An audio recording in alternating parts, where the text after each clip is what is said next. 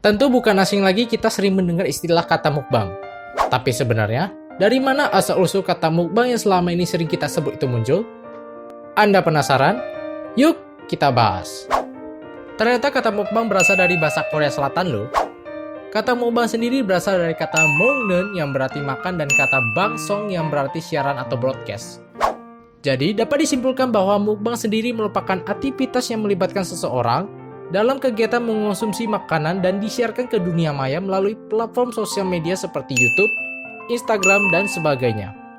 Kata mukbang sendiri mulai populer di Korea Selatan yang berawal dari platform streaming Afrika TV pada tahun 2010. Kemudian istilah mukbang sendiri mulai populer di bagian barat seperti negara Amerika Serikat dan Jerman pada tahun 2015, serta mulai merambah di negara Indonesia sendiri.